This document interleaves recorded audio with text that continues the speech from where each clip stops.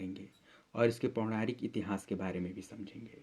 और मैं आज कुछ ज्योतिषीय उपाय भी बताऊंगा जिससे 7 पीढ़ियों तक खत्म नहीं होगा धन और सम्मान, हमेशा भरा रहेगा अनाज का भंडार। तो 13 जनवरी 2024 पौष शुक्ल द्वितीय लोहरी उत्तर भारत का एक प्रसिद्ध त्योहार है। यह मकर संक्रांति के एक दिन पहले मनाया जाता है। मकर संक्रांति की पूर्व संध्या पर इस त्योहार का उल्लास रहता है। रात्रि में खुले स्थान में परिवार और आस पड़ोस के लोग मिलकर आग खिले घेरा बनाकर बैठते हैं। इस समय रेवड़ी, मूंगफली, लावा आदि खाए जाते हैं। लोहरी पौष के अंतिम दिन सूर्यास्त के बाद मांती से पहली रात यह पर्व मनाया जाता है। प्रायः 12 या 13 जनवरी को पड़ता है। यह मुख्यतः पंजाब का पर्व है। यह घोतार्थक एक्रोस्टिक शब्द लोहरी के पूजा के समय व्यवहृत होने वाली वस्तुओं के घोतक वर्णों का समुच्चय ज्ञान जान पड़ता है, जिसमें लकड़ी, ओह, गोहा, सूखे री रेवरी लोहरी के प्रतीक हैं। ऋतु यज्ञ का अनुष्ठान मकर संक्रांति पर होता था। संभवतः लोहरी उसी का अवशेष है। पुष माह की करकराती सर्दी से बचने के लिए आग भी सहायक सिद्ध होती है। की आवश्यकता लोहरी को मौसमी पर्व का स्थान देती है। लोहरी से संबंध परंपराओं एवं रीति रिवाज से ज्ञात होता है कि प्रागैतिहासिक गाथाएं भी इससे जुड़ गई हैं।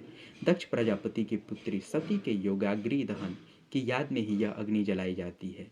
इस अवसर पर वे घर से त्योहार वस्त्र, मिठाई, रेवड़ी, फल आदि भेजा जाता है। यज्ञ के समय अपने जमाता शिव का भाग ना निकालने का दक्ष प्रजापति का प्रायश्चित ही इसमें दिखाई पड़ता है। उत्तर प्रदेश के पूर्वांचल में खिचड़वार और दक्षिण भारत के पोगल भी जो लोहड़ी के समीप ही मनाए जाते हैं। अब हम जानते हैं कुछ ज्योतिषीय उपाय जिससे घर में रहे।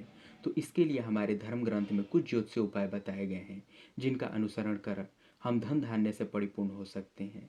इस दिन सबसे कारगर उपाय ये है कि 2 मुट्ठी गेहूं में 2 दाने केसर और 11 तुलसी पत्ते मिलाकर एक पीले पेपर में लपेटकर पेपर के ऊपर 7 बार स्वास्तिक चिन्ह बनाकर 7 बार ओम यक्षाय, कुबेराय, वैश्वनाय, धन धान्यपत्य, धन धान्य समृद्धि में देही का जाप कर अपने भंडार कमरे में रख दें।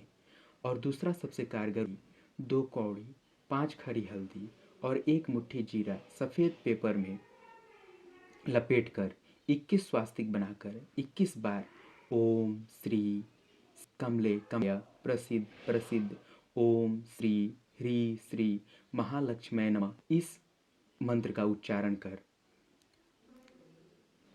अपने तिजोरी में। इससे माँ लक्ष्मी की प्रसन्न होती हैं और उनकी कृपा से वृद्धि होती है।